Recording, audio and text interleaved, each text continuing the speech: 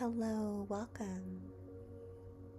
Welcome. This is the global community for adults who are healing CPTSD. My name is Athena, and I'm going to be facilitating our time together tonight. This is our 21st week of openly discussing Pete Walker's most recent book, titled Holistically Treating Complex PTSD: A Six-Dimensional Approach. And if you're new to our community, I just want to pause and I want to warmly welcome you. We have all been gathering here together on YouTube about once a week for over 11 years now. When in a couple months, when we hit 2026, we'll be closer to 12 years. So this is a place where we all choose to show up. We're here 7 p.m. Eastern on Mondays, and you are warmly welcome to join us here. And it's okay if you're not able to. Sometimes the time zone just is not conducive to you being here with us and having an open discussion, because perhaps you're located on the other side of the world and it's 3 in the morning, and I would never ever want for anyone to experience that type of insomnia or sleep deprivation. So hello, we welcome you. Before I move any further into our discussion this evening, I want to say a very heartfelt thank you to John Harvey and Ninja Taco, and to Jeffrey Sherman, and to each and every one of you who are here every week, week after week, month after month, year after year. And especially for John Harvey and Ninja Taco, and now also Jeffrey Sherman, just making sure that our chat box remains a place where people feel warmly acknowledged, valid, understood, welcome. And it is so very important for those of us who have experienced repeated relational trauma to feel as though we have a place where we can show up and feel seen and heard and valued and understood and warmly acknowledged, and as though we are welcome. It's very important. So thank you. This YouTube channel is sponsored by the Foundation for Post-Traumatic Healing and Complex Trauma Research, also known as CPTSDfoundation.org. And I have some exciting things in January coming that I'm so excited to share with you, but I'm just working with my team sort of behind the scenes. But I'm going to paste a link in the chat box for those of you who would like to join us away from social media, and got some really neat things that I'll be sharing with you for our peer support chat group located away from social media. The link is in the chat box for you and in the description section of this video. So thank you so much for your presence. Thank you for being here. We are absolutely still dealing with like week 3 or week 4 of what will forever in my life be referred to as the great YouTube confusion of 2025. Like, what is actually going on with the names on YouTube? I want to know. Is anybody else still experiencing the same, like, for some reason YouTube has decided that that the handles are the only thing that will be shown, and that the actual user names, the names we choose, like the name that we place on YouTube is no longer going to be a thing. It's not going to be important. It's just the great YouTube confusion, the YouTube name confusion of 2025. I guess it's a very long name, but it's just, yeah, is it still happening for everyone? Because I don't know. I know we're 5 minutes in, and I'm still trying to see if I can recognize everyone that I have been sitting with week after week for like a decade. And I'm just like, wait, who are you?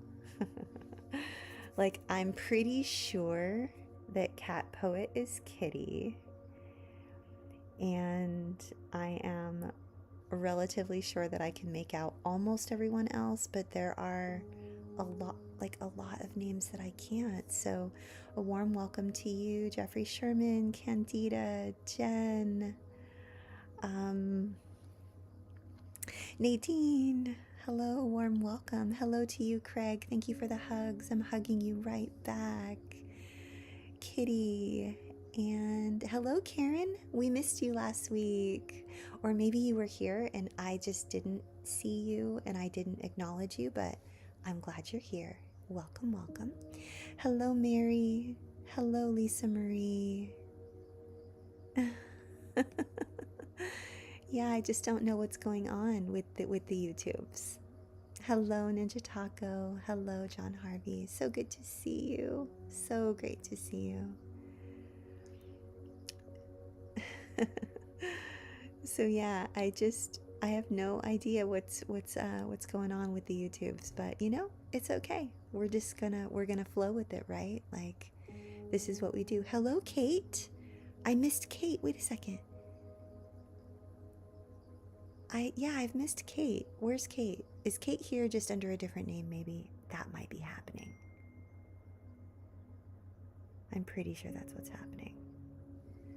So, for anyone else I didn't greet by name, I just want to pause and warmly welcome you. And we are going to pick up where we left off. We have been in a really, really great discussion. Oh, before I move forward, I just want to pause. Candida just mentioned the snow. My grandson woke up to snow today and ran outside, and he was like so excited. He had on his warm clothes and he had his Jack Skellington beanie on, and he was playing and doing snow angels, and he was eating the snow and trying to lick the porch because it was just so exciting for him. He was so excited. It wasn't his first snow, but it's the first snow at his house. Usually it's at Grandma and Grandpa's house, but here he was waking up at his very own home, and he gets to play in the snow, and it was very exciting for him. So I woke up to 20 photos and videos, and it was just so beautiful and made my entire day. So thank you for mentioning the snow. Yeah, it's still really hot here, so there's obviously no snow. So I digress. Here we go. So here we are. Like I said, we are on week 21, and we're in a subsection of chapter 11, all about the sub-cycles of reactivity.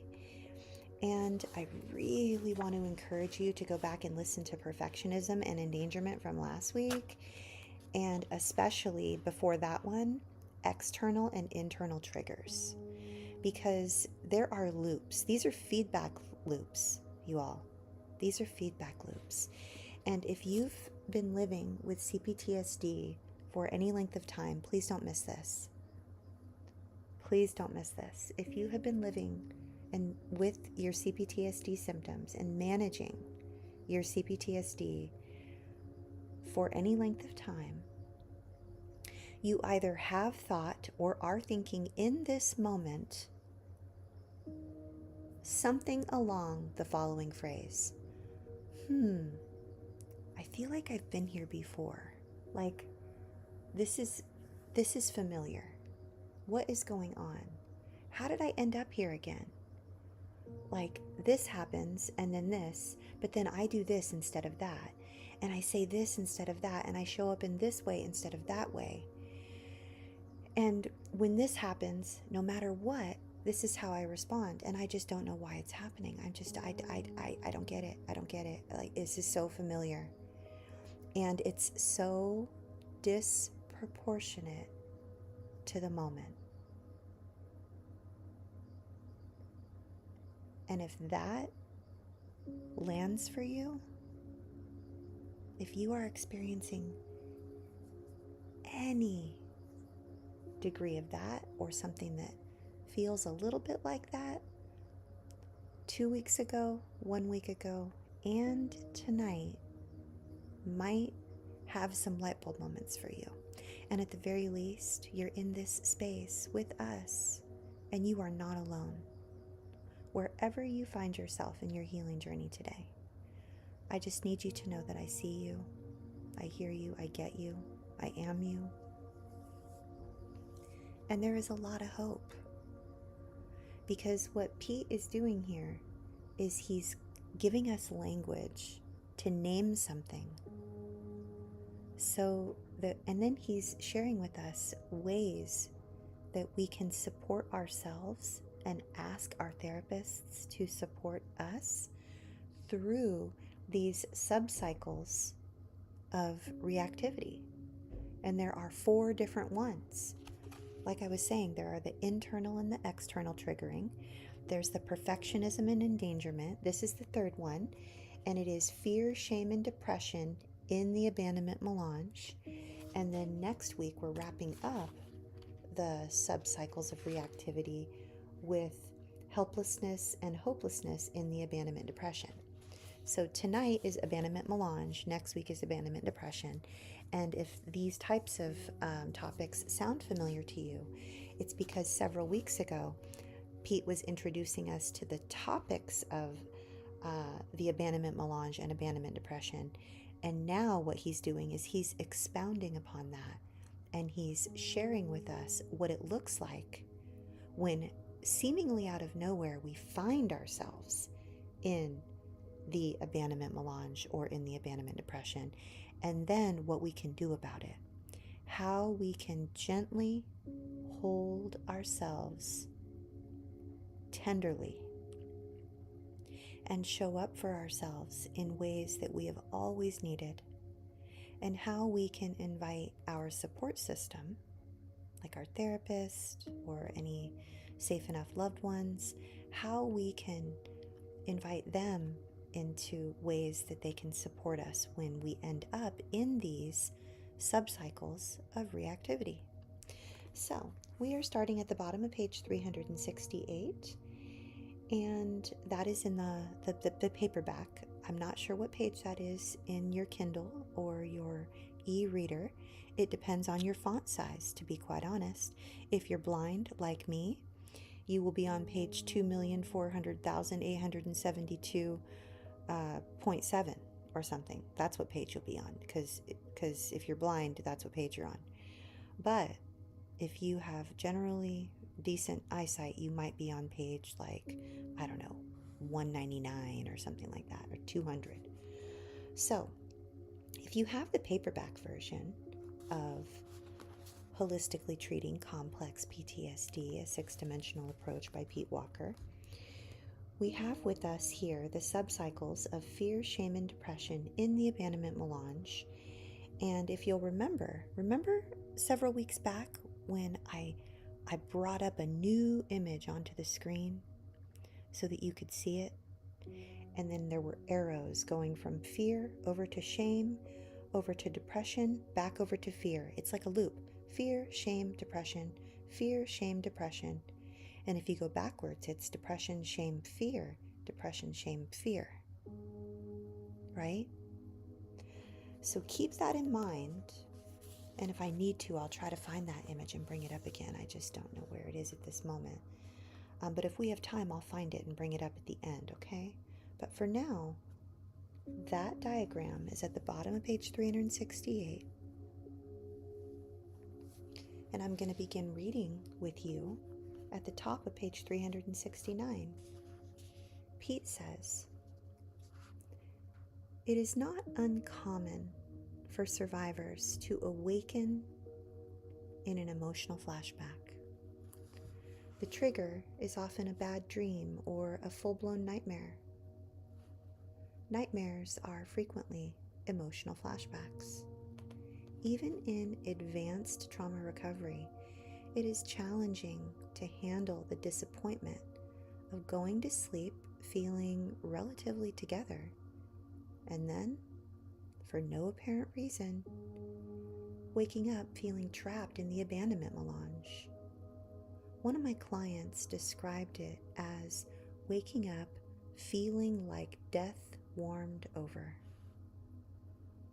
And when this occurs, these unexpected painful feelings typically trigger toxic shame. This then activates the inner critic to drasticize about the fearsomeness of having to go back into the world in such a state. The fear of being seen then further inflames and toxifies the survivor's shame. This, in turn, flares up more intense fear. The survivor often concludes that recovery is just not working. In short succession, these feelings inflate each other until the helpless, hopeless abandonment depression of childhood makes it feel impossible to get out of bed. Sound familiar?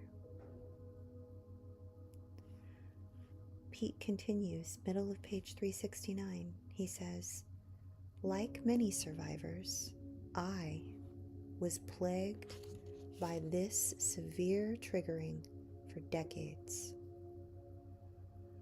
Stuck in the terribly vulnerable feelings of the abandonment depression, I had to turn myself over to my uber cranky parents at the breakfast table. Breakfast was the worst war zone of my family's abusiveness. Much later, inspired by this understanding, whenever I awoke from a bad dream, I began comforting my inner child with the flashback management steps, which, as you all know, if anyone wants to type it into the chat box, you have it memorized by now. That's pete-walker.com/flashback management. Or you can just type in pete-walker.com and look to the left-hand side of the page and click on flashback management. Okay?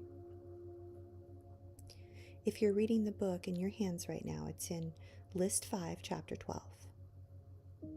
And that's the flashback management tools.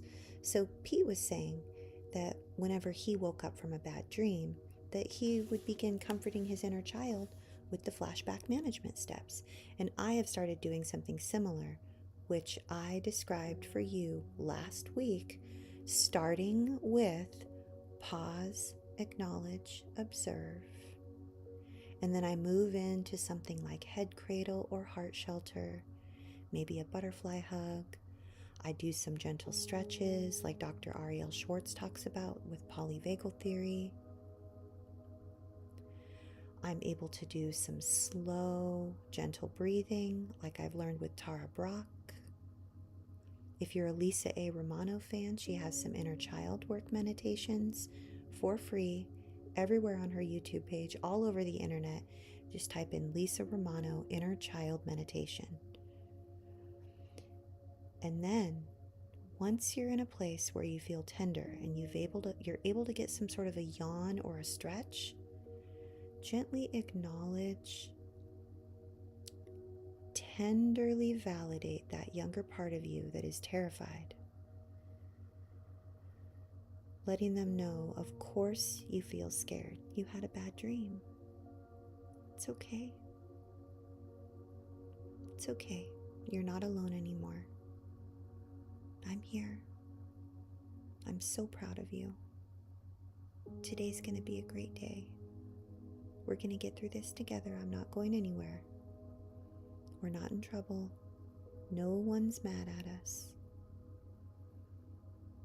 And I wrap my arms around myself and I hold myself tightly until I get a physiological shift, a slow breath, or usually a series of yawns. And I'm able to move out of my sympathetic, where I woke up in the dream, and into my parasympathetic, where rest and safety and connectedness and calm and gentleness are found. Okay? So Pete continues. He says, the more I practiced this, the sooner I was able to rescue myself from this deadening abandonment melange cycle with self-compassionate tears and self-protective anger at the critic. Ultimately, I learned to teach my clients to rescue themselves when they awoke in the abandonment depression and began spinning in this awful emotional flashback subcycle. And wonderfully, many learned to identify this process and then invoke their de-shaming anger at their early abusers for inducing and implanting these discombobulating emotional flashbacks in the first place. Top of page 370. They also learned to have a good, self-compassionate cry to release their fear. Finally, let me overemphasize here that all these cycles and subcycles of reactivity are instances of survivors being stuck in the various painful stages of an emotional flashback. When in doubt, therapists can invoke all or any of the 13 flashback management steps to co-rescue their clients from these agonizing CPTSD whirlpools. So I want to check in with you, and I think what I would like to do right now is bring up the flashback management, and I want to go through it together so that you can come back to this video and you always have it here. So I'm going to bring that image up and we're going to go through it together, okay? And then after we go through Pete's 13 flashback management steps, I will then share with you my version that includes some other people's teachings that I have woven into the fabric of the 13 flashback management. So let me see if I can bring this up really quick. I hope this works. It did that one time, remember? Remember when I was like straight up like YouTube ninja and I totally did it and brought it up and it worked? We're going to see if we can do that again. Let's see here.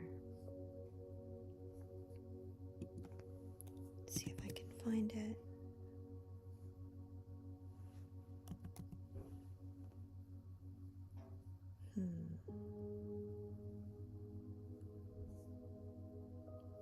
There it is. Oh, you know what? It's not showing up as an image. That's why. I have to find a way to pull it up as an image. One second here. If I could do what I did previously, I'm going to do it again.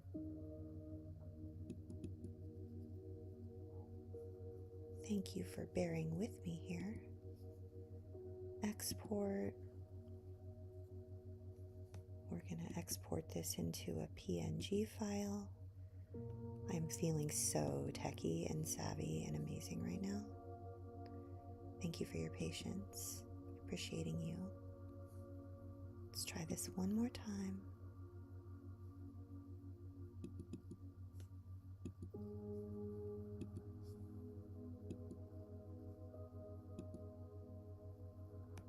Look at that. I think it worked. If it did, can you let me know?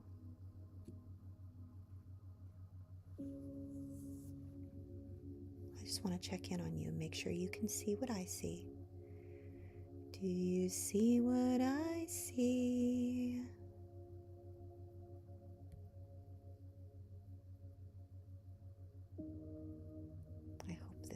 I hope you see what I see.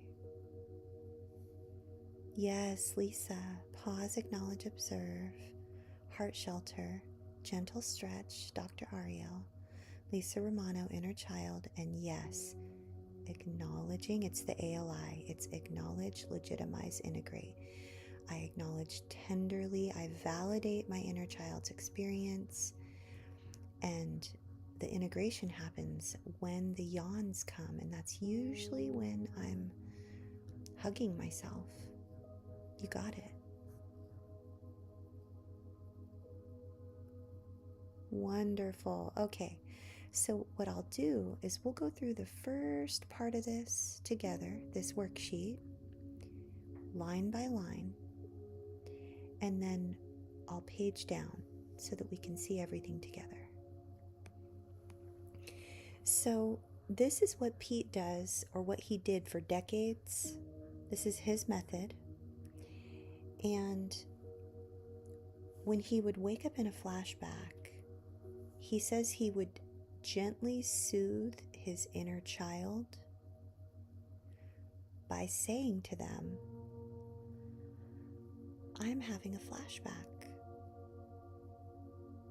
And I don't know if this is helpful for you, but I know a lot of people don't understand inner child work and what it means to speak to a younger little one. But sometimes when I speak to, like when I will think these thoughts and I don't say them out loud, or if I say them out loud in a very adult, like adult to adult, collegial type voice, like I'm speaking to a colleague, like this, I won't get that felt sense of safety, and I won't get my yawn. My physiological shift won't happen. I somehow am unable to shift from my sympathetic nervous system into my parasympathetic until I'm very, very tender.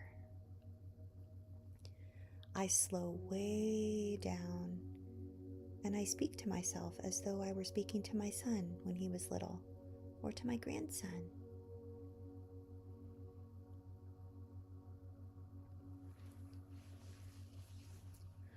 So I will say something like, number one, it's okay, we're having a flashback. Because usually what happens with me is I'll wake up and my heart will be beating out of my chest. And I'm somehow absolutely terrified. Something terrible is happening in my body. I don't know what it is. I'm in a terrified place. My heart's racing. I don't know why. And it takes me a minute to realize that it's November 2025. I'm 52 years old and I'm safe. And I can try to reason my way out of this, but it takes longer. But if I am very, very kind and gentle and sweet, as though I were tenderly rocking my son, or just bouncing him to try to comfort him because he woke up in a startle, or if my grandson, bumps his head when he falls down at Chuck E. Cheese, I pick him up, scoop him up, and I hold him tight and let him know it's okay, it's okay, it's okay. It's just a owie, right? But I'll say something like, it's okay, we're having a flashback. It's all right. And then number two, it's okay, I know we feel scared. I know it's scary. I feel afraid, but we're not in danger.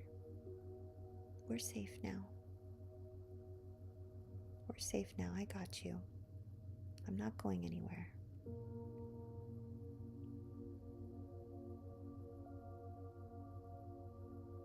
And then number three, Pete says, own your right and your need to have boundaries. And he says, remind yourself that you do not have to allow anyone to mistreat you. You are free to leave dangerous situations and protest unfair behavior. And what this looks like for me is I will usually say something like, it's okay, no one's going to hurt us. I won't let anybody hurt us anymore. No one's mad at us, we're not in trouble, and no one's going to get us. We're okay. We're okay. I got you. And number 4, Pete then starts speaking reassuringly to the inner child. Notice I do it from the beginning because it's the only thing that's worked for me. When I wake up in that type of terror and I'm like, I can't breathe and I'm sweating and my heart's beating out of my chest and I'm like thinking that I'm having a heart attack or something, like I somehow intuitively know.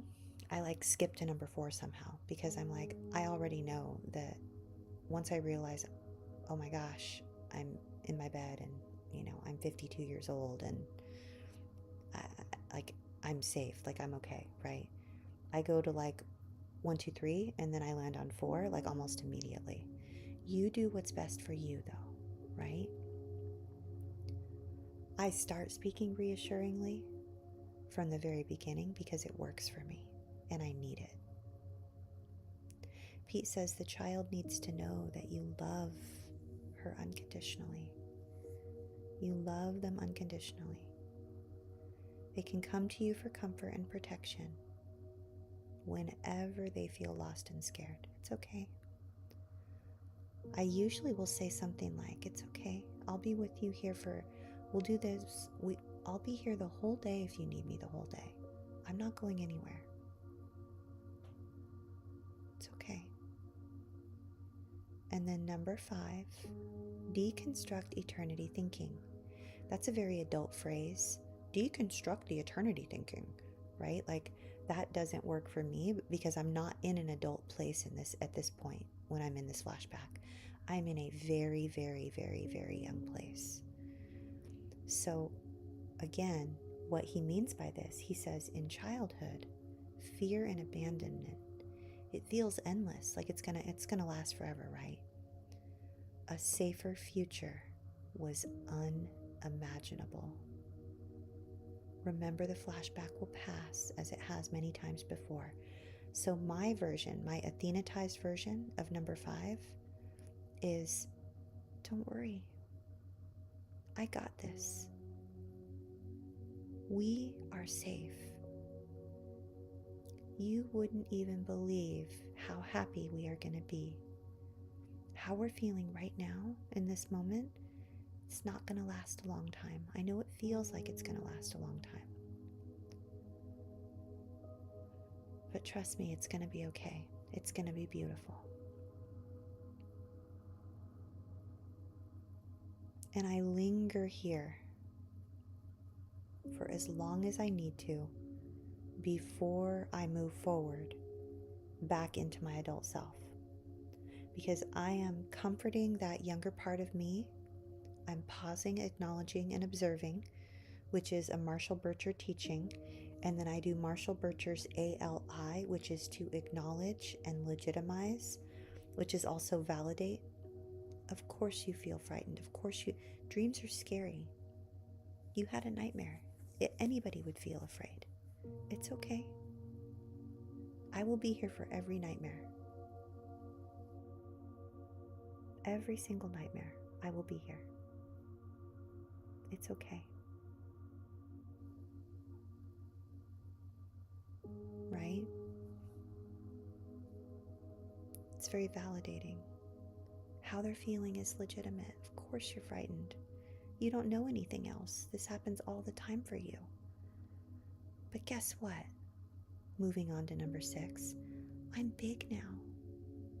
You don't know this, but we are big now.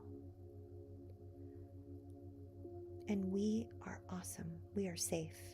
Pete says, allies, skills, and resources to protect us that we never had when we were a child. Feeling small and little is a sure sign of a flashback. So we remind ourselves that we're in an adult body. And then number 7, this is so good. Pete says we ease back into our body, because we're literally having an out-of-body experience when we wake up in this flashback. It's wild, right? We don't even realize it. So he says that we gently ask our body to relax, because fear launches us, he says, into a heady place, like worrying and numbing and spacing out, and we don't even know which way is up, right?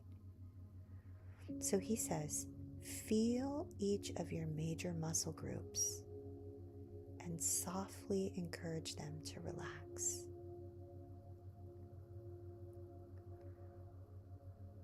He says, tightened musculature seems unnecessary. It sends unnecessary danger signals to the brain, right? So this A, B, C, and D, this 4 steps into easing back in our body, I'll share with you what I did, what I found. That's A. B, the second step is to breathe deeply and slowly. We don't even realize we're holding our breath in those moments, right? But when we do, it signals danger. And then here where he says, slow down. This has been the biggest game changer of my life here. Slow down. Pete says, rushing presses the psyche's panic button. It's so true.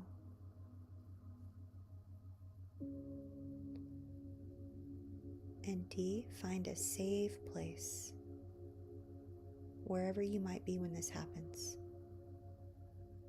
He says, find a safe place to unwind and soothe yourself. Wrap yourself in a blanket, hold a stuffed animal, lie down in a closet or a bath, take a nap. And then lastly, on step number 7 here, you feel the fear in your body without reacting to it.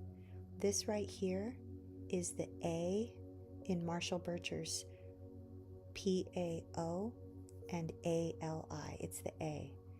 Feel the fear in your body without reacting to it. You're simply acknowledging it. You're acknowledging the fear. And you can even say these words, which have definitely helped me. Pete says, fear is an energy in the body that cannot hurt us if we do not run from it. Fear is an energy in the body that cannot hurt us if we do not react self-destructively to it.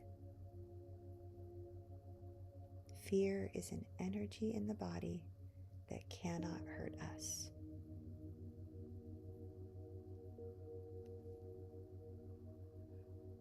Okay?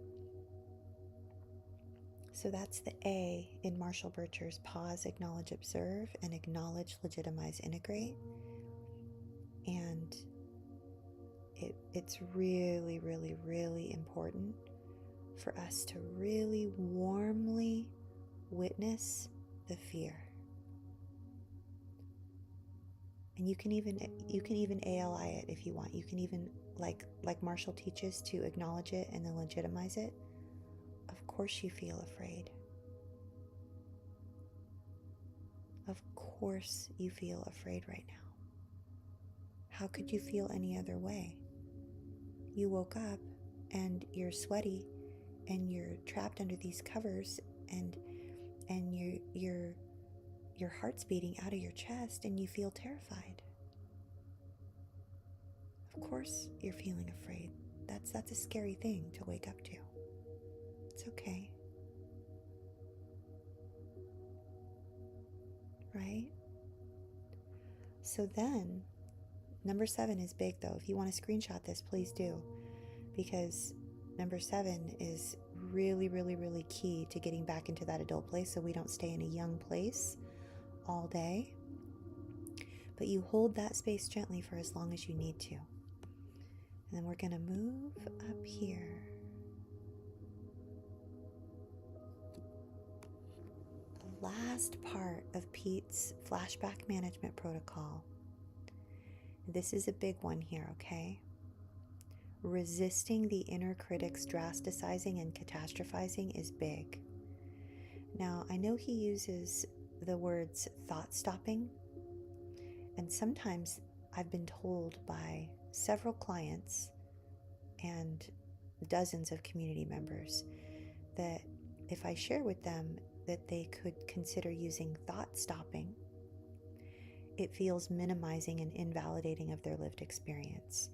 They're like, oh, sure, why didn't I think of that, Athena? I'll just use thought stopping. Yeah, no problem. Great. Because the inner critic is shaming the shit out of you for waking up in a flashback, and it's very difficult to use thought stopping when you're in a shame spiral, right? So he says to halt the inner critic's endless exaggeration of danger and constant planning to control the uncontrollable, refuse to shame, hate, or abandon yourself.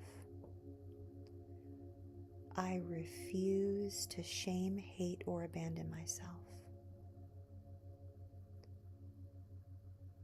Pete says, channel the anger of the self-attack into saying no to the unfair self-criticism. We say no to the inner critic.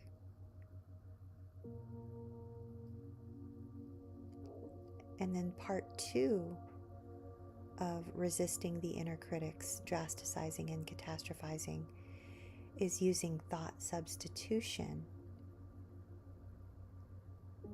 And Pete says to replace negative thinking, we can use a memorized list of our qualities and accomplishments. Now, I will share with you what one of mine is, because I know in our community sometimes examples are really helpful, and then you can actually tweak it and edit it so that it's catered especially for you, but you really sometimes love a starting point. So I'm gonna give you a different version than I would when I wake up in the nightmare. Because when I wake up in the nightmare, oftentimes I spend a really, really, really long time comforting that young little one that is terrified and just feels like she's going to die, like truly she's going to die. She knows that she's on the brink of death. Because I've had so many near-death experiences at the hands of my family of origin. Like, I haven't even, you all think you know my story, but I've protected you from most of it because that's the ethical thing to do. This isn't a safe container to share trauma details. This is YouTube.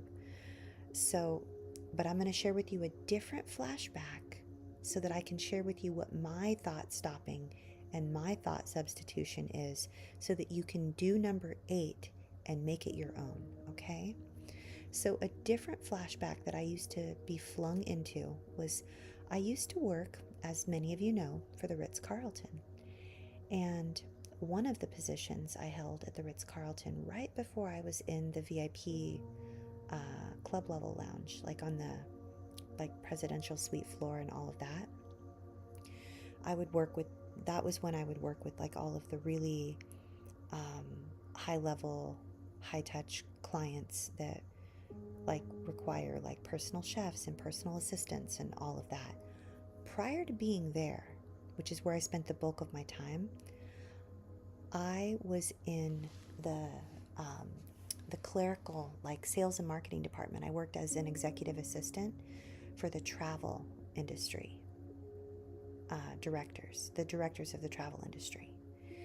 So I had 3 bosses.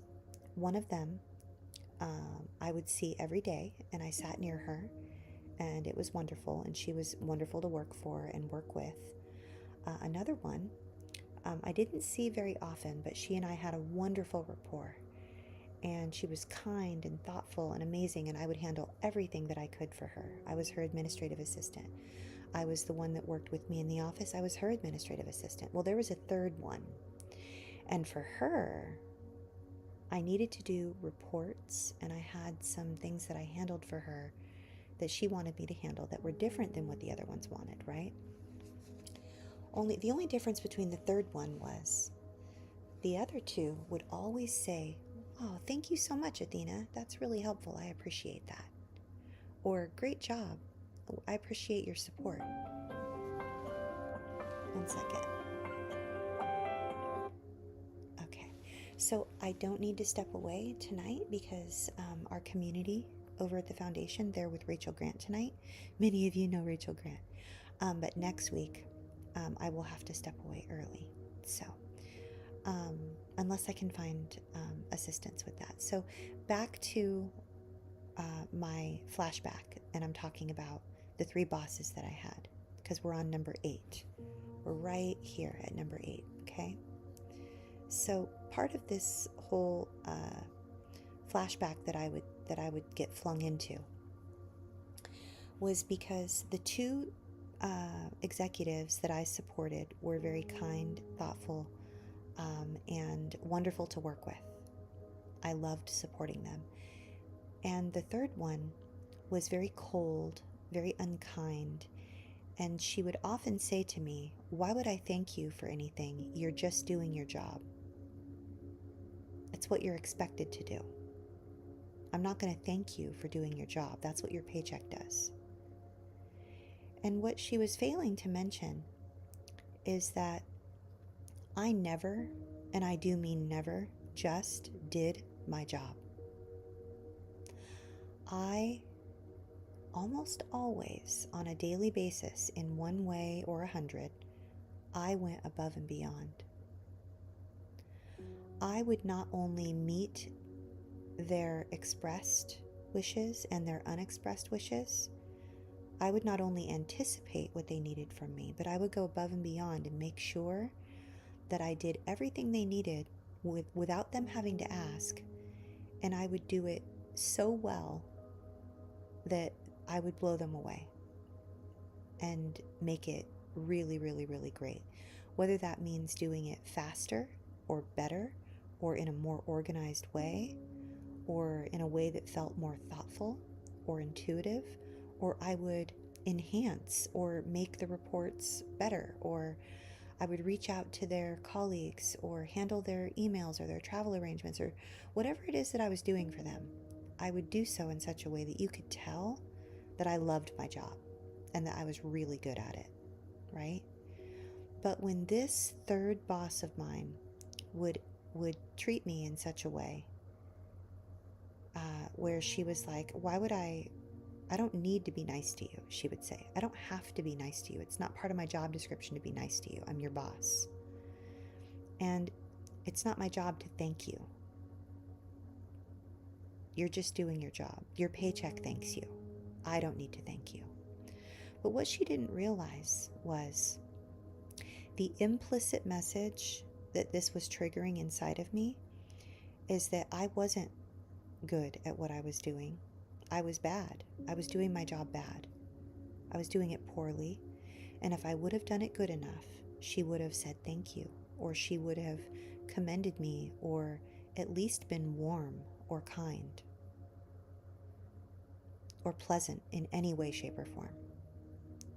And I was completely convinced, and as you can see, I was in a very young place. I was in a flashback.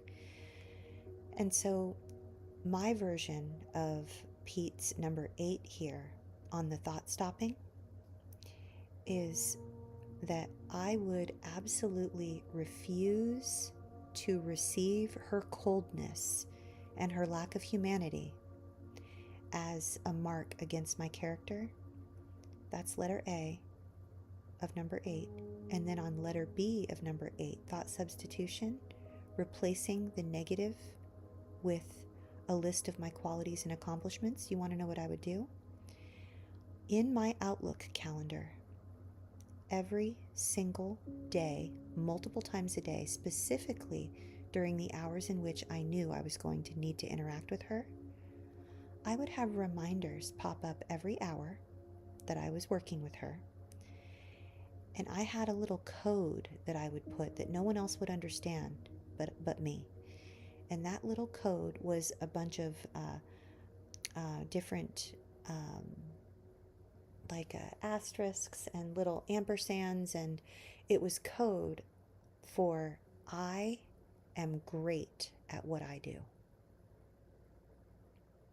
I am great at what I do. I would remind myself over and over and over again during the hours that I needed to interact with this insufferable person that was just so unhappy with herself that she needed to project it onto everyone around her. I would remind myself that I am great at what I do. In fact, you know what I'll do? In the chat box, I'll show you what I put in my Outlook calendar. You can take this for your own. I would do a large letter I would do the @ sign, I would do a little g, and I would do a big A, and I would do a little w, and then I would do a big I, D0. And this right here is what would pop up in my Outlook calendar for every hour that I had to work with her. And every time it would pop up, I would pause, I would slow down, I would take a deep breath, and I would remind myself, I am great at what I do. And that kept me from being flung into that emotional flashback. That was my version of number 8. And then we're moving on to Pete's number 9 here. I hope that's helpful for you, by the way, because I'm telling you, these things work. Number 9, Pete says, allow yourself to grieve. Now, sometimes there's a time and a place for this, because if you need to step away to the bathroom and have a good ugly cry, I highly advocate for that. I'm a big fan. 10 out of 10, highly recommend. You sneak off to the bathroom, you ugly cry, you gather your composure, and you put your shoulders back and your chin up, and you walk tall and proud back into wherever it is you have to be, knowing that you're okay. But you give yourself a minute. You just take a beat. That's what you do. Pete says flashbacks are opportunities to release old, unexpressed feelings of fear, hurt, and abandonment, and to validate and then soothe the child's past experience of helplessness and hopelessness. Healthy grieving can turn your tears into self-compassion and your anger into self-protection. And that's what I mean by you throw your shoulders back, your chin up, and you walk tall out of that bathroom after you had yourself a good ugly cry. You gather your composure and you go back in there knowing that you are fucking great at what you do and that she doesn't get to win. Fuck her. You are great at what you do. Right? And then, number 10, Pete says to cultivate safe relationships and seek support. We take time alone when we need it, but we don't let shame cause us to isolate ourselves. That's why we are here together every single week. And many of you I get to see almost every single day, which I'm grateful for.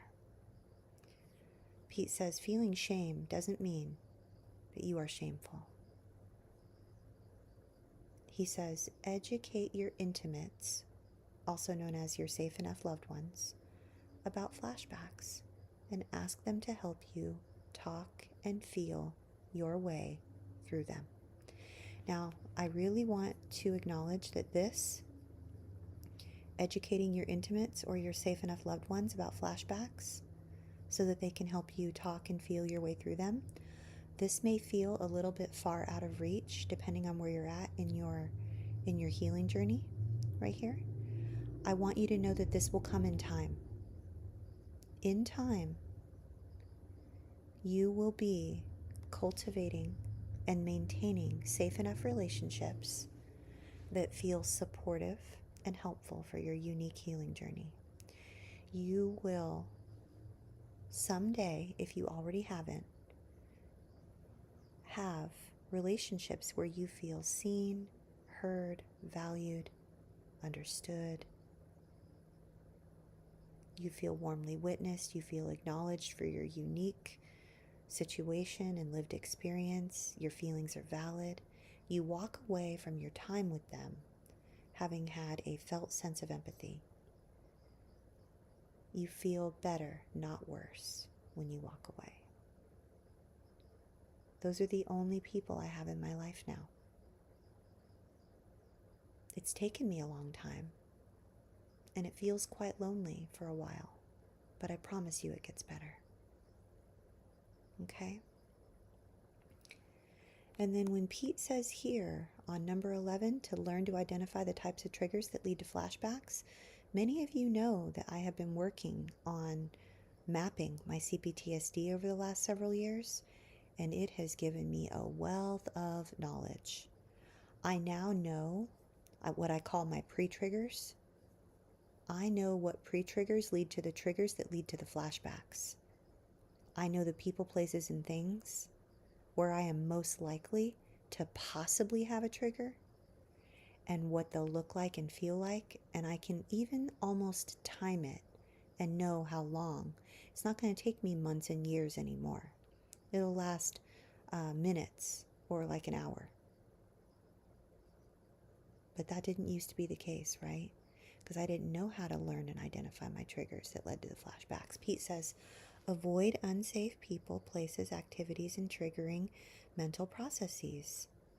Practice preventative maintenance with these steps when triggering situations are unavoidable. You can do this. I know it might seem like you can't, but I promise you that you can. You will find a way. You will find a way that works for you and you alone. There are 8 billion different healing journeys on this planet, and yours has a version of number 11. I promise you. And then when we further map the CPTSD number 12, we figure out what it is we're flashing back to. And sometimes we can't, and that's okay. Over time, it happens. I realized one today that was from early childhood, and it was a trigger that I had about 13 or 14 years ago, and I realized today what I was flashing back to. Today, November 10th, 2025. A trigger that I had, that I woke up in from 13 years ago. It was flashing back to something 50 years ago, and I realized it today. As long as we are on a healing path, these things will happen. I know it feels wild and sometimes unattainable and weird and just strange, but I promise you, you will get there. Pete says flashbacks are opportunities to discover, validate, and heal our wounds from past abuse and abandonment. They also point to our still unmet developmental needs, and they can provide motivation to get them met, and that is true. When I realized today what it was that I was flashing back to, I thought, you know what? I wasn't safe. I woke up terrified that time, 13 years ago, and it felt so tiny and small and primal because I was flashing back to something from when I was very, very, very young, like pre-verbal, and I wasn't safe. That's why I felt so terrified, like I couldn't stop shaking, like an animal, like a scared animal, or like a baby, like a young child that was shaking and terrified. And that's what I was flashing back to. And there's a lot of grieving that goes along with this, but I promise you, there's nothing we can't heal through. We can absolutely do this together. Lastly, as we are continuing to map our CPTSD and heal, Pete says, number 13, be patient with a slow recovery process. He says it takes time in the present to become unadrenalized and considerable time in the future to gradually decrease the intensity, duration, and frequency of flashbacks. Real recovery, real healing is a gradually progressive process, often 2 steps forward, 1 step back, and it's not an attained salvation fantasy. It's not like we arrive. He says, don't beat yourself up for having a flashback. Thank you, Uncle Pete. We love you. So good. So good. Thank you all. Thank you all for being here with me this evening, for going through Pete's 13 steps of flashback management. I'm so grateful that we got to do this together. Next week, we will pick up where we left off. We will be on the 4th subcycle of reactivity, which is helplessness and hopelessness in the abandonment depression. And then we will close out the chapter together, which I'm very excited about. So, again, a very special thank you to each of you. Thank you for choosing to show up for yourself.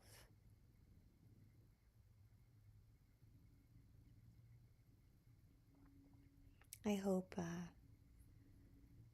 you will be patient and kind and gentle with yourself, as Jeffrey would say, because you're worth it. And if I don't see you over in our community away from social media, over at the foundation, there's a link in the chat box, then I will see you here next week, next Monday, and every Monday, 7 p.m. Eastern. I am so very, very, very, very grateful that you've chosen to be here.